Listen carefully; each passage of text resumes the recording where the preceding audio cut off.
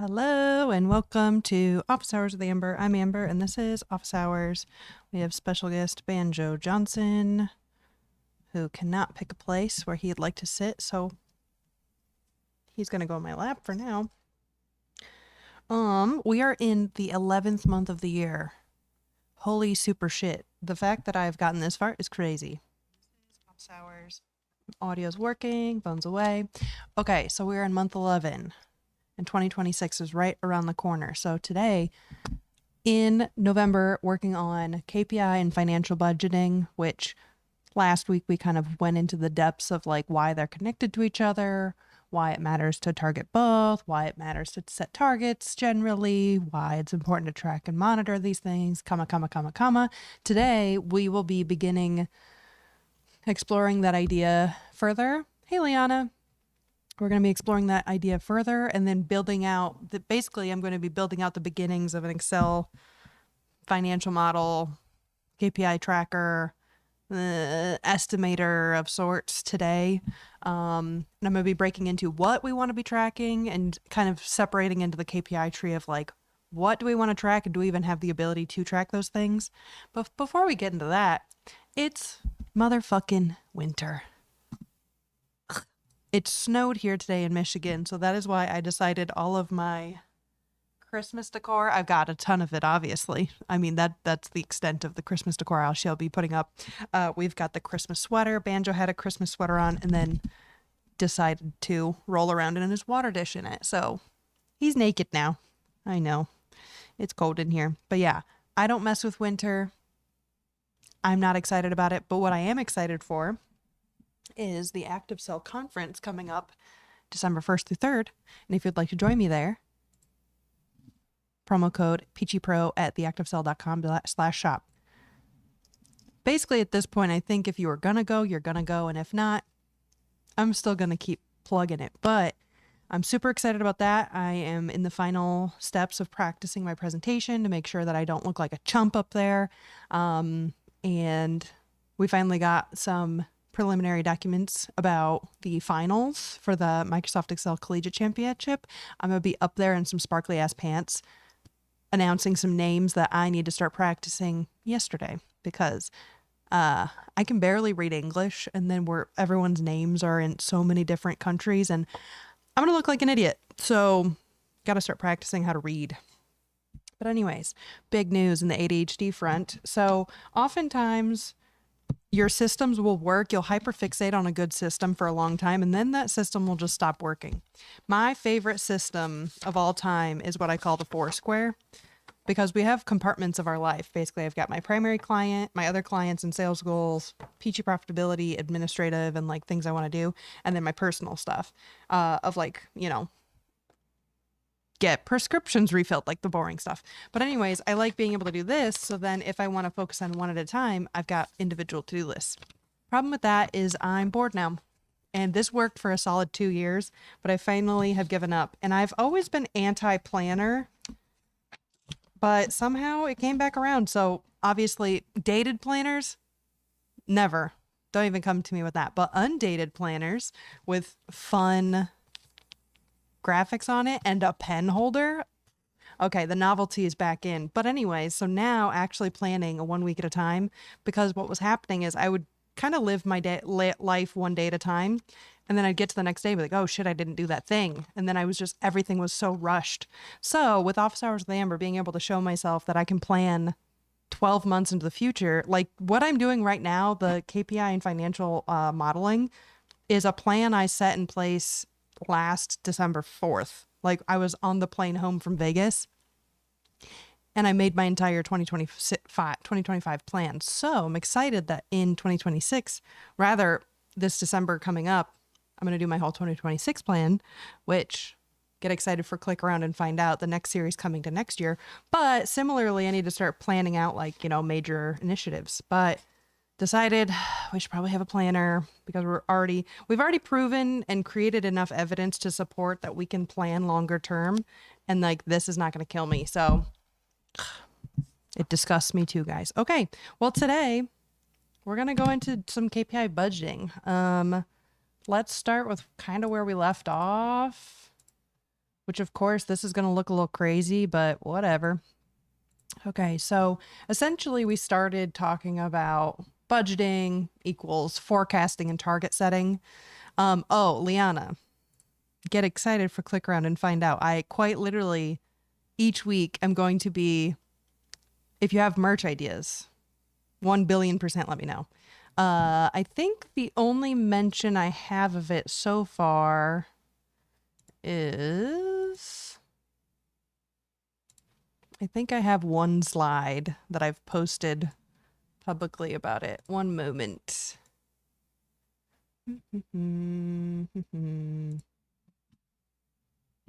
Sneaky peeky. Oh yeah, here we go. Click around and find out. I'm super excited about it. And I do think a maroon shirt with this on it, with like a peach or something, I'd buy it. I also kind of want to do like weird merch ideas, but let me know. Anyways. Okay. Talking about budgeting basically equals, oh my gosh, Eric, hi. Thanks for coming. Budgeting equal forecasting plus target setting. Basically, what do we think will happen? What do we want to achieve? How do we, like, what do we need to achieve? So in terms of, in week 3 of this month, I'm going to be doing a live demo of the budget build I did with my primary client and business partner, Matt. And so I'm building out this with the intention of Good Trade Depot. So basically I worked through connecting all of these different things to their KPIs, being able to build out KPI trees. And really what I found is, going back in my Anheuser-Busch knowledge, a lot of times they'll break it out by department and treat each department as its own business unit. So basically that resulted in this crazy thing. So let me zoom in. Essentially, Good Trade Depot splits into 5-ish primary areas. So it's going to be sales, production, warehouse, fulfillment, and then administrative dash people. Like, it kind of catch all of like any things that don't live in those. And sales really is more of pre-production planning. Like, how do we take client requests, turn it into a quote, and then turn it into a scheduled and effective like project that we can then produce on. Production is truly like, how do we get all of the materials like and the ingredients together safely and within compliance to make sure that there's, you know, we're following all of like the health and regulations to make sure there's no consumer safety problems. How do we get the most yield in comparison to what we were expecting? Then it moves into warehouse. So it's like, how do we make sure that we are, you know, housing things correctly and having like good data accuracy so that we can provide good information for customers. And similarly, fulfillment, how are we doing on picking productivity as well as accuracy, making sure that the customer experience with like no late orders, no mispicks. And then administration and administrative and people is more of like kind of all of the stretch projects, but also more of like billing and invoicing, and how do you automate that well enough that people know what they're going to be paying, can pay it appropriately, we can follow up and make sure things are like kind of moving and grooving. So each of these in their own way has financial and operational metrics. So that's where I'm going to work individually with each of my team members and kind of walk through my preliminary expectations or preliminary ideas on what I think, like in terms of income, in terms of sales income, that's going to be like all of our, I mean, literally sales. So that like, whereas income, the drivers of income in production, obviously this is by how much we produce, which is why production yield is connected to income. Similarly with sales, like expenses might be like, what are our marketing fees, or what's the cost, like the time associated or the cost associated with the salaries of the people that are doing the sales, or, you know, there's a billion things that could live in all sorts of underneath this. And so that's where I'm going to excel and I'm going to figure it out. And I basically today, I want to make sure that I'm tracking the right things. Like, what are the most impactful, backpedal, with a P&L, for instance, you can go into every single little line item about how much you spent in printer ink and how you could have line items for millions of things. Well, maybe not millions, thousands of things within your business. Every nut, every bolt, every like You can build up a budget from every single teeny tiny thing, or you can focus on, you know, the Pareto 80/20. Let's focus on what drives the top 80% of the 80%, 20%, whatever. What are the top 2 or 3 buckets of things to track within each of these income, expenses, operational metrics, etc.? And do we have the data and process available to be able to track those things efficiently? Because the one thing that chaps my full ass is when we would work at AB, like Anheuser-Busch, and there would be an intern being like, we should really track how often this blank blank behavior is happening. And the only way to track that behavior is if someone was to like go around with like a little like piece of paper or a form and submit a form every single time they do that behavior. And it's like, was that worth connecting the dots between this? Or do we have the data infrastructure and process and the automation to be able to support the metrics we're trying to prove? You know what I'm saying? And so actually, in the beginning of Good Trade Depot, we tried to put our customer relationship management and sales pipeline management stuff in Excel. But the thing that I didn't do very well, and Excel innately doesn't do very well, is like time stamping and email transactions and like durations of time. Like really, I don't love messing with Excel for time or dates of anything. Especially when it relies on like a macro of a macro. It was outside of my coverage. So that's where I leaned into Pipedrive as our first CRM to be able to track and manage a lot of the stuff that Excel really couldn't handle. But because we use Pipedrive, there's some kind of features inside of it that enable us to be able to track what's the duration between contacting a customer and signing a contract. What's the percentage of wins from our pipeline for every 100 people we talk to? What's our conversion percentage? But that's where in each of these, instead of I think the engineer brain wants to be able to create as much certainty with the things I can, but a lot of those are like similar, but also opposite of what Eric's saying is I'm really good at like all of the monthly fees of like $30 and $40 a month. Like, yeah, those are the most certain, but like don't drive the most variability. And so what Eric's saying is like 90% of his business runs on paying people, rent, and insurance. And so when he's doing his financial models, really, if you get those, you land among, like, if you were to budget those 3 things, like target those 3 things specifically in your expenses and like be able to like manage those tightly, or at least be able to like forecast for those very well, you're like already 80% accurate, 90% accurate on your monthly forecasted expenses, which makes business variability and cash flow a little bit easier to forecast. And then you know exactly how many sales you need to get to be able to offset those expenses.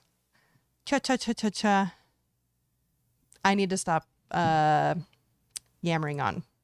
But anyways, okay. So I'm going to try and make I'm going to make the top 2 in each of these areas. And I'm actually gonna move those down. Get rid of that. And I have no idea if my camera, like if my screen is even visible. Good luck.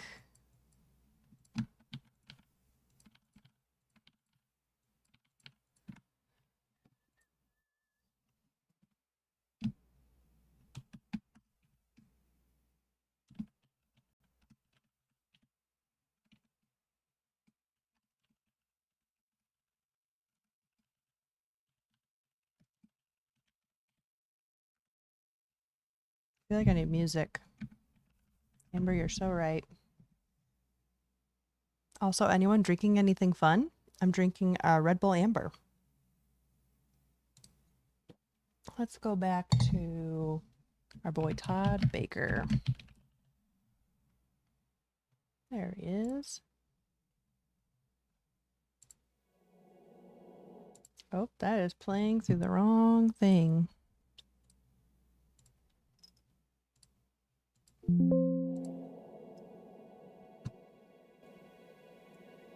Don't know if you'll be able to hear that, but let's do... I promise I'm not stalling. Let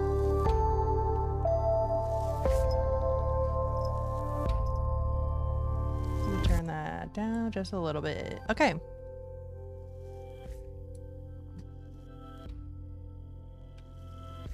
If the music gets annoying, you have to let me know, because otherwise I'm just gonna ride off into the sunset.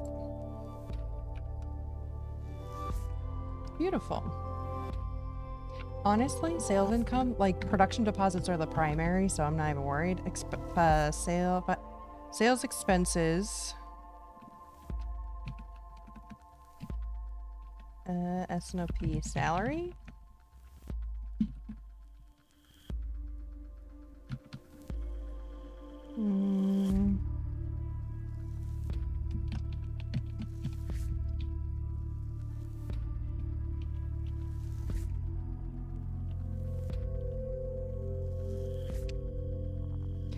This is where production, really, like, this is like pre-production.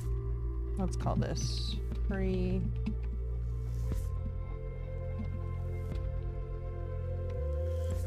So technically, although we're spending money on maybe the next song, that one's a bit much. Okay, although that this person is the one that's spending money on the production materials, I would rather keep income and expenses into... I guess it does kind of fall in here because it's... I'm overcomplicating it. We're just going to keep going. Okay. Production materials to be procured.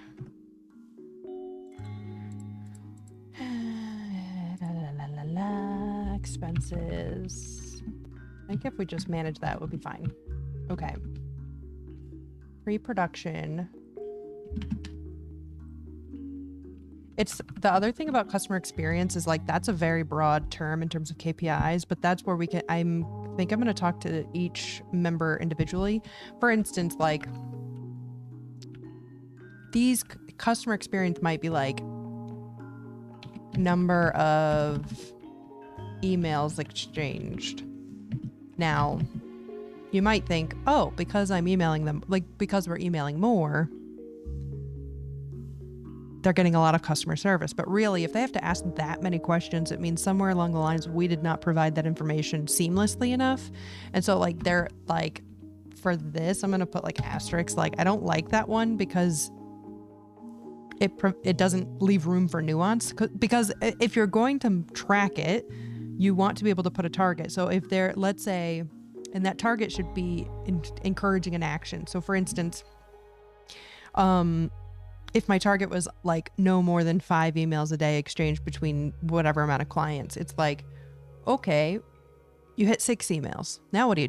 Not answer the email? Like that's disincentivizing us to be communicative. So I don't like that, but I want something in the range of like efficient communication.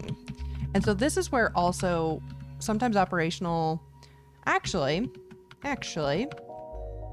I'm going to say duration, customer churn, duration between contract. Basically, we want to decrease the amount of time between their time in pipeline, because if they're not getting their answers, like questions answered fast enough, I would say that is something we could fix, or at least work on. Customer experience. I'm making everyone have a target for client portal adoption. This is more of a project rather than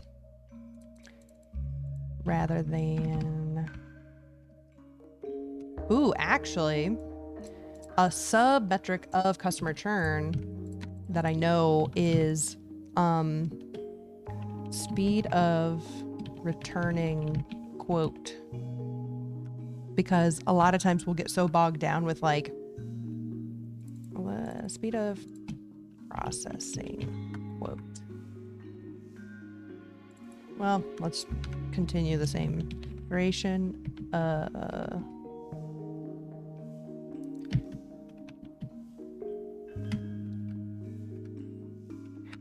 Basically, inside of the sales process, how I imagine how to describe. In the sales process, it's kind of this like little ping pong game that happens of there's a request of something they need a service of some kind. Then it's the intro meeting. We have the intro meeting to get enough detail to get the quote. Then the quote request comes, like we have that quote request. So now it's back in our court. What can we do to expedite getting that quote back to them so that we can have an intelligent conversation about pricing? Then when they can make their decisions, how do we keep them on an even beat to like get us information back on what they like, dislike about their project, about, prompting the conversation to come back and forth. But one of the things is quoting takes quite a bit of time because it's kind of the mixture of science and magic. So tracking and monitoring, are we hitting our service level agreements of not making customers wait on us for that information to be able to push things forward? You know what I'm saying? Basically, I want to keep the ball out of our court as often as possible, or at least back.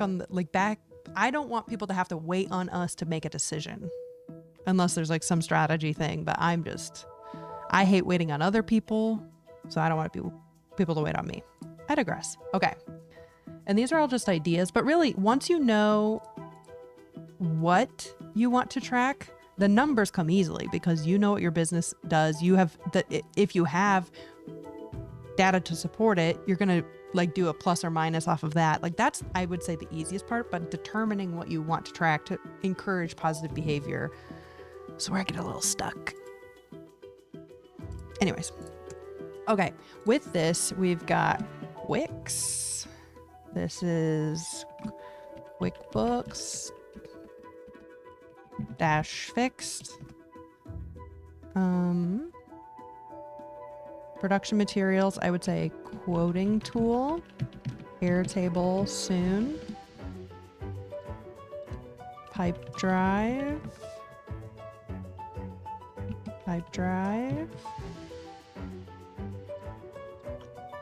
That's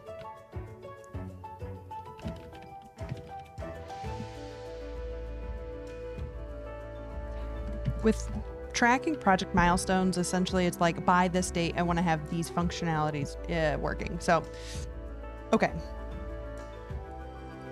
Inside of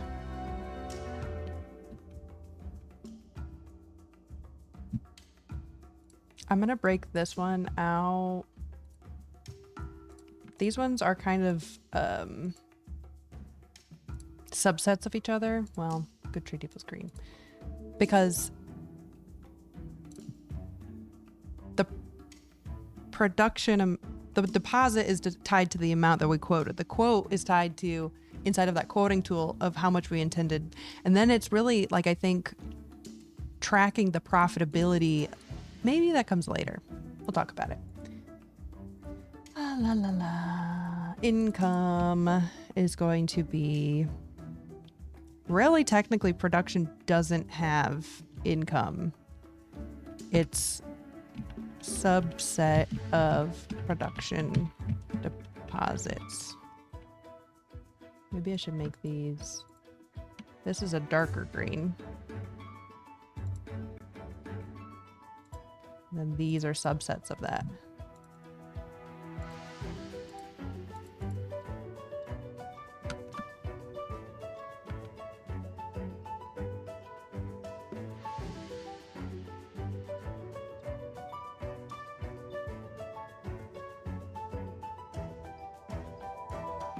Now, for production specifically, there are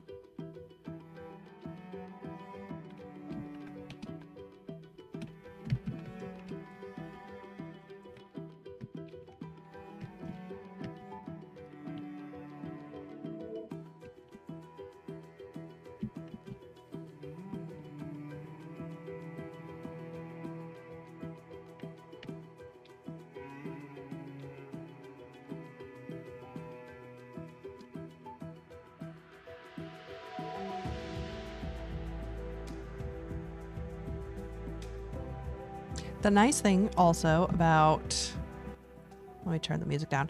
The nice thing about having a budget for cleaning supplies and PPE and equipment and maintenance is like, similarly, I think everyone's heard this similarly is, I think I'm having a stroke. Like if you don't use it, you lose it situation. So for instance, at the beginning of a startup, you are taking every single little penny and dime of like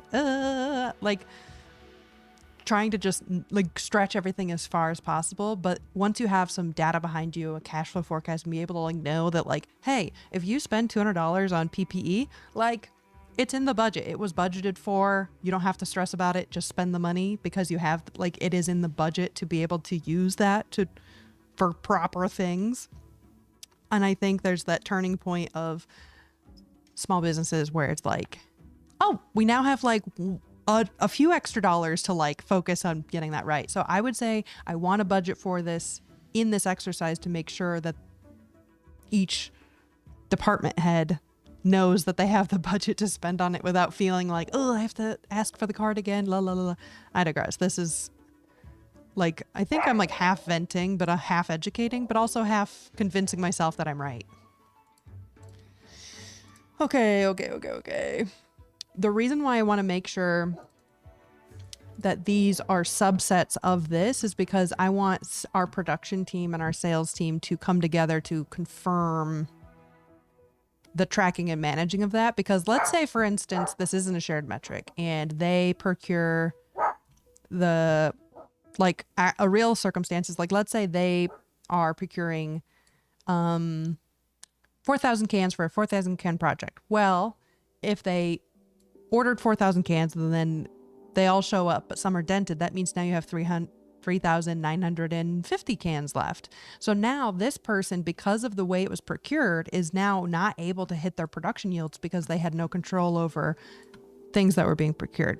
So I like mildly to have shared metrics so that there's accountability, but also shared continuous improvement. I digress. Okay. QuickBooks.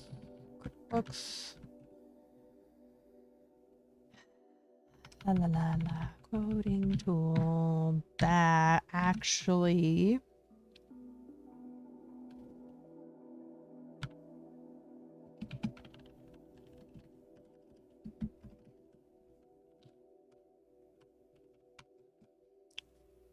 kind of want their expenses to be in like what we quoted versus the reality versus this is just we'll talk about it later. I just gotta keep going. Okay, safety and compliance. This I want to talk about,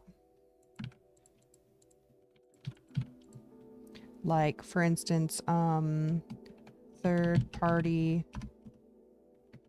certifications,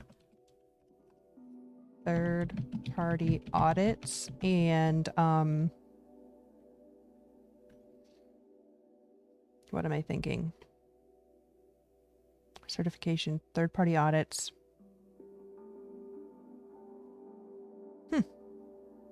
My brain is leaving the station. I literally talked about it today. Oh, training. That's kind of inside of certification, but I like...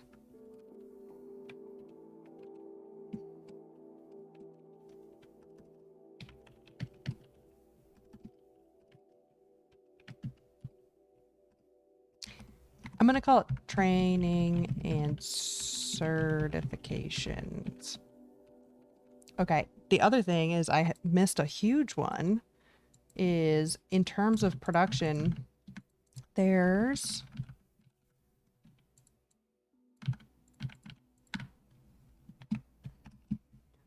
production staff salary and then production canning staff hourly. And I think this year, like part-time labor is actually going to be a lot trickier to, not a lot trickier, more so if you don't plan how many, now that we have a lot of data behind this project of this size, of this can, of this pasteurization, of blah, is going to require this kind of number of people and how they need to work for X amount of hours. And so I think actually a tool that we've been missing is a labor planning tool. Ooh, I know. Exciting to have things to do, but I think we've had loose versions of what we thought, but it hasn't been cleaned up in a while. And so a part of future planning, so usually it'll get to the week of and we're like, oh, everyone, all hands on deck, let's get to the line. So I think that's, I'm gonna add that to my to-do list. Labor planning tool. And the other thing about this KPI and financial modeling is that based on the production volume is going to create a lot of variable spend. So like the, not the COGS, but there's like fixed and variable expenses, obviously, but the variable expenses, which variables cause the most swing and what is the factor of the swing? So for instance, like if we go from 5,000 cans to 6,000 cans, that might have a smaller impact than from going from 5,000 to 50,000. Like you can make it with one person with the first, maybe two people. I digress. Not important. I just need to, I'm gonna mark that as a need to focus. I'm gonna say labor planning tool, especially for like knowing like in the summer, if we're projected to be like fully booked out through summer, how do we know how many people to hire for part-time for the summer if we don't know? So we'll figure it out. Okay, production yield. That one is pretty straightforward. Some subsets of that is going to be like cans expected minus cans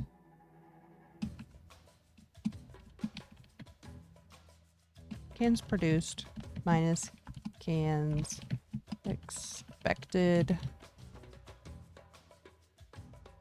divided by cans expected. I'm going to say contracted. That's a better word.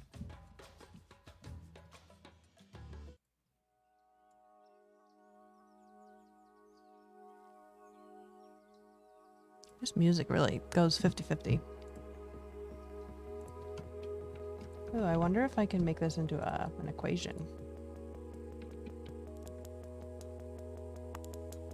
Can I put that inside of?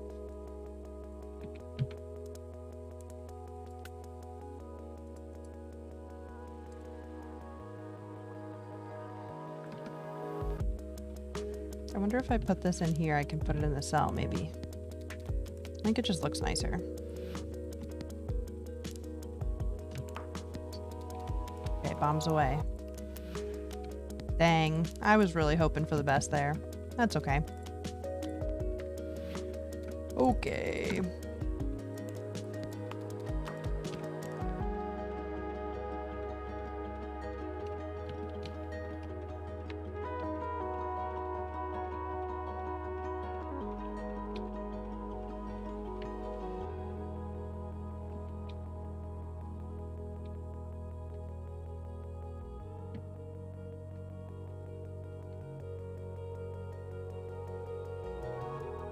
I don't know necessarily, we like track this, but I don't know, aside from just counting, I think this is a nice like root cause analysis tool,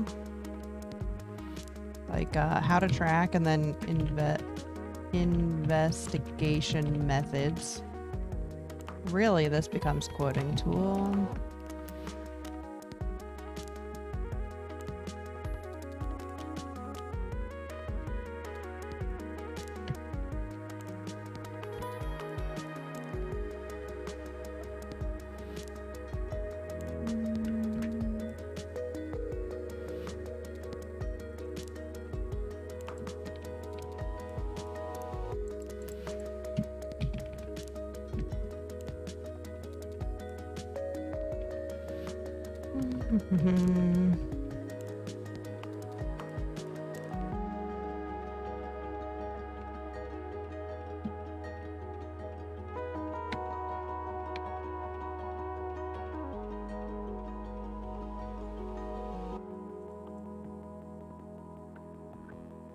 Also, I apologize if this is deeply boring, but I'm glad I'm getting it done. Which, I had a funny moment with myself the other day. I've realized the reason why I've been able to get so much learning done is because it doesn't feel like each week I log on just to learn. It's more of like, oh, I'm like a fuck ass TV show producer, and then I get to get all my like technical tech stuff set up, and I get to chit chat with people, but also the content is I'm learning, which is silly.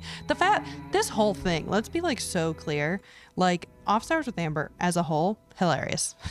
Like the fact that I had to make this crazy little program for me to incentivize myself to catch up in Excel, really funny.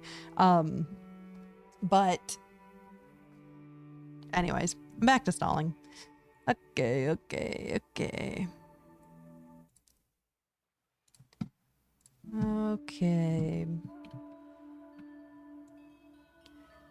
If you're hanging out, if you want to put in the chat what goals you have for this month and what they are, or if you have any, and if you don't, what do you want to achieve this month?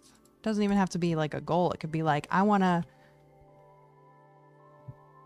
play in the snow more. Ugh, who would want to do that? Zip documents, Airtable.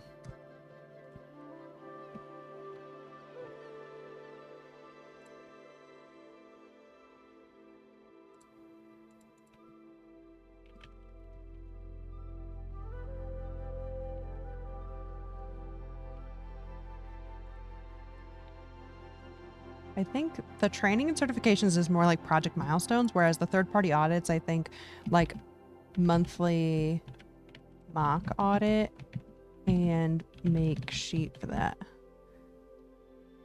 Ooh, Mom, you're working on a baby blanket? For who? Maybe for Maisie? Is it soft? I hope it's soft. Speaking of baby blankets, and my mom, Donna. Just one sec.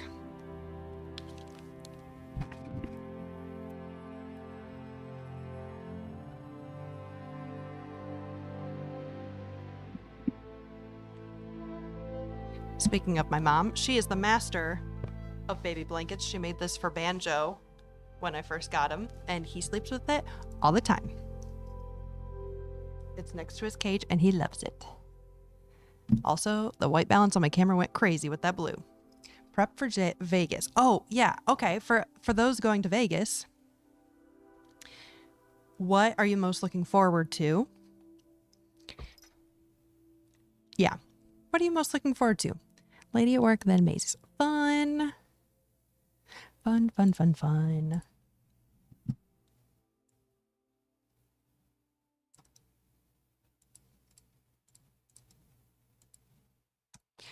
Banjo. He is sleeping comfortably. He is very upset with the winter as much as I am. But props to Banjo. He's been going out in the cold and not pitching a fit about it. Huge progress. Huge progress. Okay. Warehouse.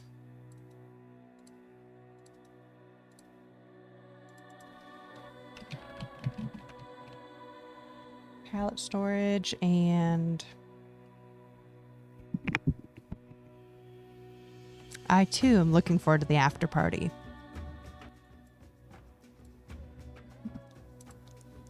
This music is something.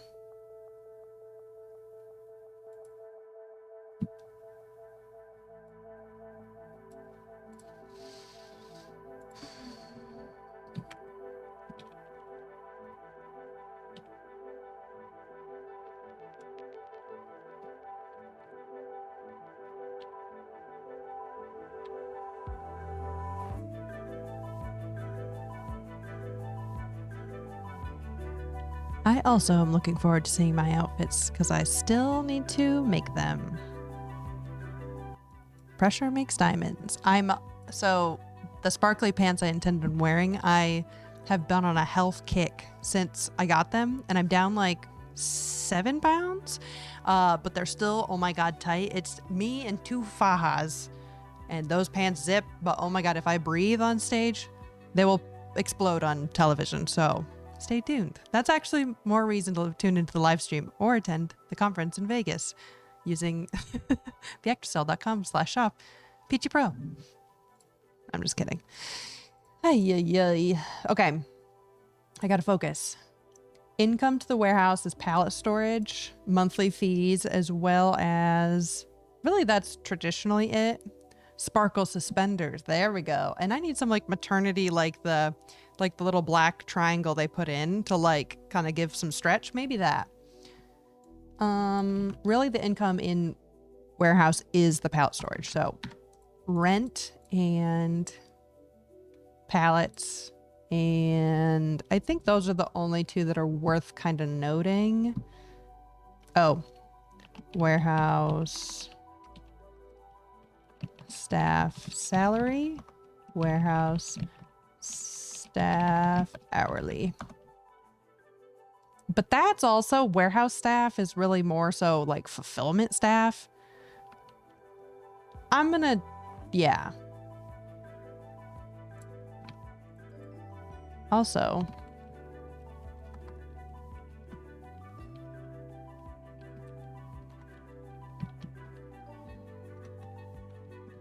I'm gonna just call this admin because we've kind of been looping people in the whole time.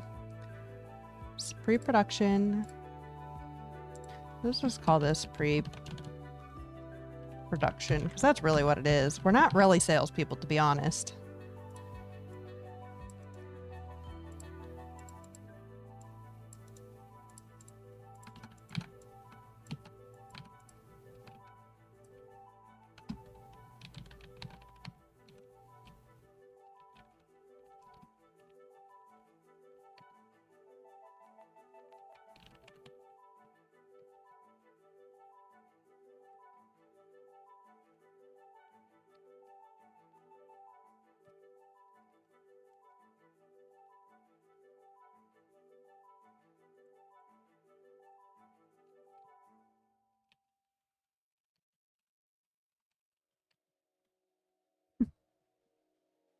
Oh yes, Donna MJ is my mom. If nobody caught that except for Eric.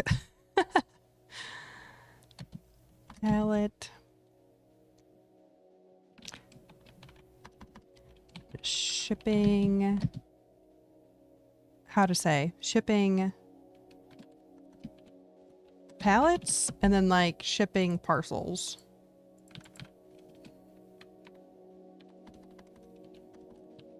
Now, these things traditionally are actually offset by the income, but if not tracked and managed, really aren't, if that makes sense.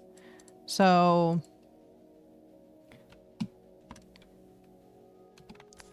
fulfillment services, how to say. But what I'm saying about this is basically we pass along costs. So like, for instance, we get better rates. Some things are just straight pass alongs, like pallets and parcel shipping. Like we just rebill for what we were charged. Whereas shipping boxes, for instance, if a company gets orders like 1 million boxes and you get like them for like 2 cents a box, which is not happening. But let's say you get it for this insanely small price, but you can have like a convenience fee on top to say like, the fact that I am procuring and holding and storing this so that you don't have to, and you can take advantage of the stock I hold, there's like a convenience fee. So sometimes the offset actually, you need to monitor what you are spending in these so that you can charge appropriately or either profit of this or at least not lose money off of it. I digress. Okay. I'm pretty stoked with what we have so far though, because at least now I can come to my team and they're going to be like, wow, you thought about this. And be like, yeah, I did. Pretty cool.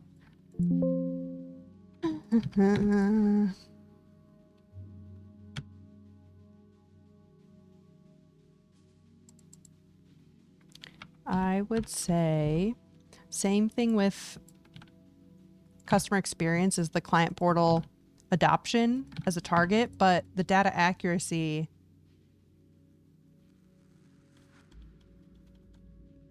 how to say. How to say.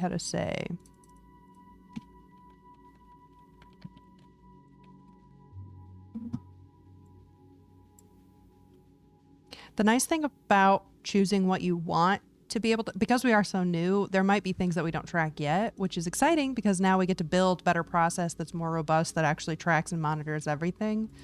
Yeah. Which I'm stoked that we're doing this right now. Ah, God bless. What a good little exercise for myself. Warehouse management, data accuracy. The problem with this, with data accuracy, is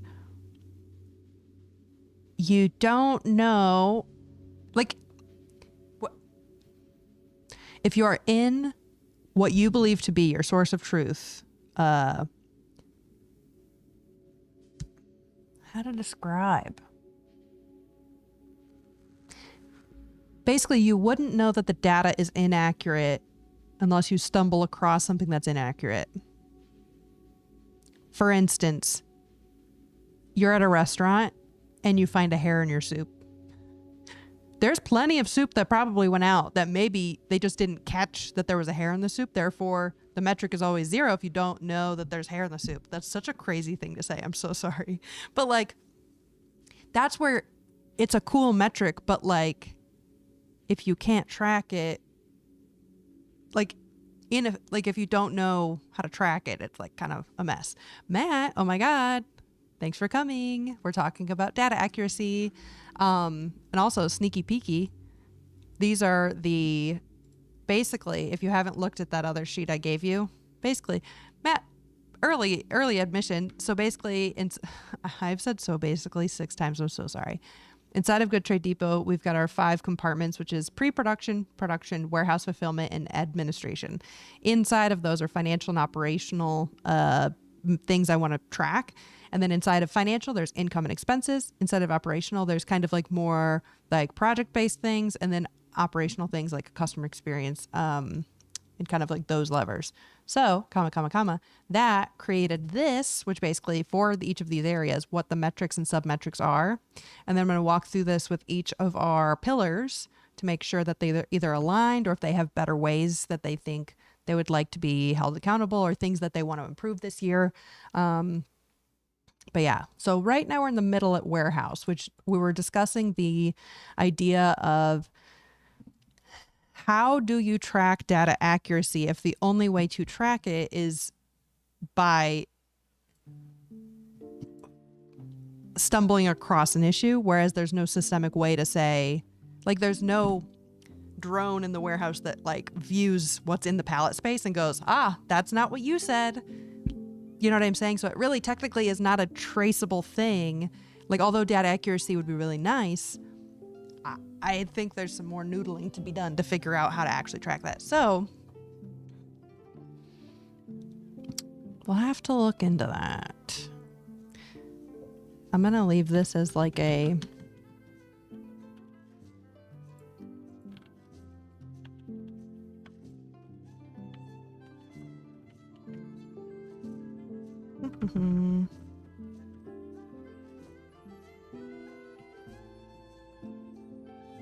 what we could do is WMS efficiency. So maybe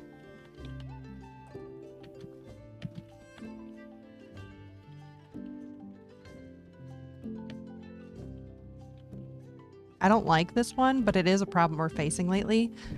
And sometimes your KPIs don't have to be like humongous things. It could be just something that's like causing you strife lately that you want to improve on.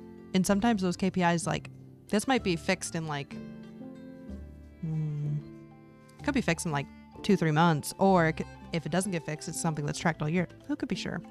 But I think something that happens a lot of times is like, we'll get done with production and then we'll not quite know if it's going to go on a truck or if it's going to go into our warehousing space. So then it'll kind of sit in this limbo middle of the room area. And then that's where I would like to decrease the time it takes to be able to get it either officially in our system or officially in the outbound staging area, wrapped up and ready to go. But that falls more into like fulfillment, but the warehousing end of it is making sure it's cataloged properly. Okay, pallet storage.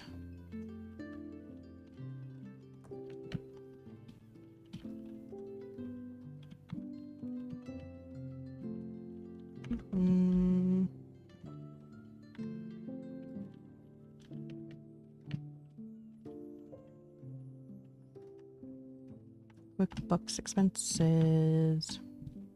Okay. Fulfillment. How exciting. Okay. So, fulfillment services is the primary income of the fulfillment area. Yes. Yes, Matthew. We have warehousing staff, which we want the labor planning tool. And that's fixed. Okay.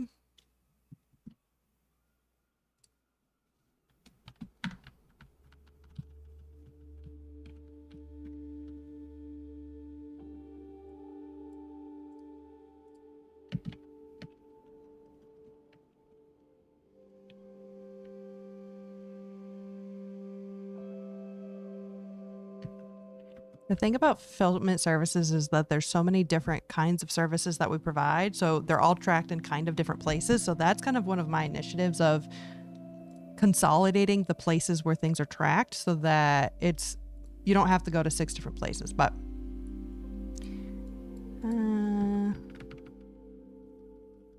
oh my God.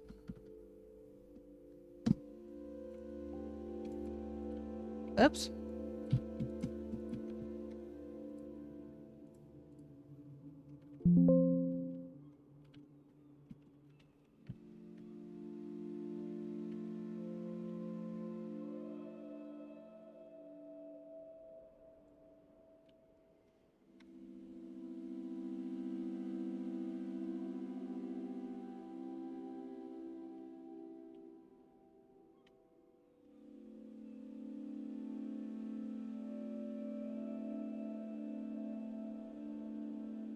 Okay.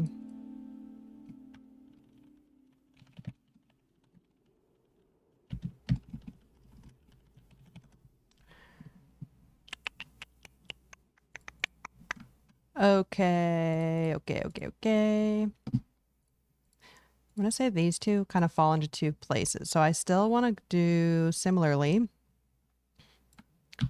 client portal adoption, but additionally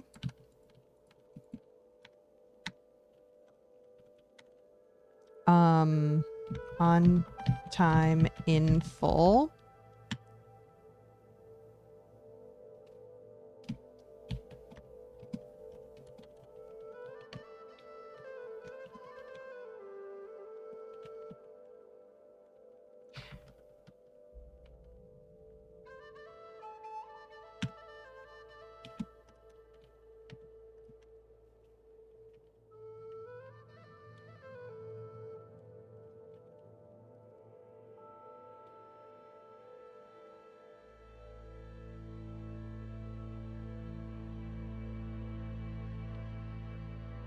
I don't love that one yet.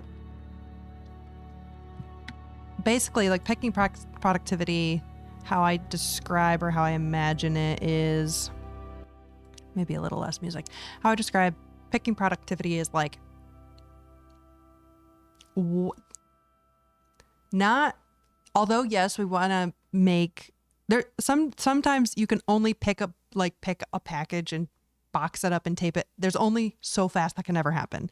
Now, what's nice about tracking picking productivity is not only it's like when you see crazy variations, it's like, what's causing that variation? Did you run out of boxes and the boxes backstock is up on the third pallet rack? And how do we put that in a better place? Like those will indicate actually better systemic work environments to be able to enable better picking productivity. I hate the picking productivity used as a way to say this person's lazy. Oh, it fucking makes me irate because people naturally, or at least the team that we have conjured, is quick. And the reason why something would take longer is because something's in their way. So I like this one. I want to be able to use this one to be able to identify what was systemically getting in your path to prevent you from picking it as efficiently as whatever. Like, is it like a pick station problem? Is it a warehouse layout issue? That points to a lot of other things. On time in full is more of like the making sure we're not, like if there's, for instance, with Amazon fulfillment, you have a certain duration of time that you're allowed to be able to get that out your door and keep up with their service levels. So we want to make sure that we're getting out on time, and then in full meaning the right stuff with the right quantity shipped properly and out the door. Those are, yeah. And then client portal adoption, obviously, because I want everyone to do it. La, la, la, la, la. Okay, 4 minutes. I can finish this up. I promise. Just kidding. Okay. I'm happy with that progress, because now what I can do is I can make individual, like, basically that's going to lead into this is like the bones of a financial model I made. Each group is going to have their own section, basically the production section, the, our revenue and our expenses and our KPIs, and how those all impact other things in our inputs, which then is eventually going to give us our financial models that we can all kind of align to. But we had to start with the pre-work to be able to do that. So I'm happy I at least did it. I think I'm like almost full of crap, but whatever. Okay. Well,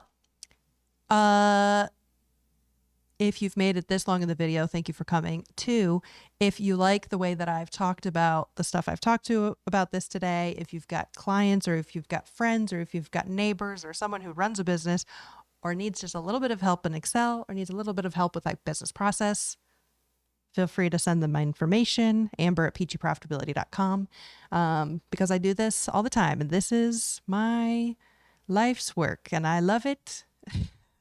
And this is what I like spending my nights and weekends doing. This shit gives me life. Anyways, I'm excited for Vegas coming up. I just need to get all my preparation done. It's going to be great.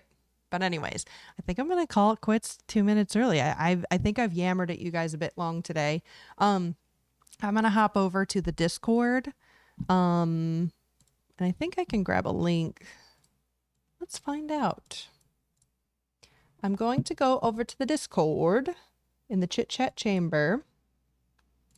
If you would like to join me there, you're more than welcome to. But otherwise, that's the end of Office Hours with Amber today. Next week, we will be joined by Matt White, owner of Good Trade Depot, to talk about KPI and financial budgeting with some fake data, so we don't completely out him. But I think it'll be fun. But anyways, okay.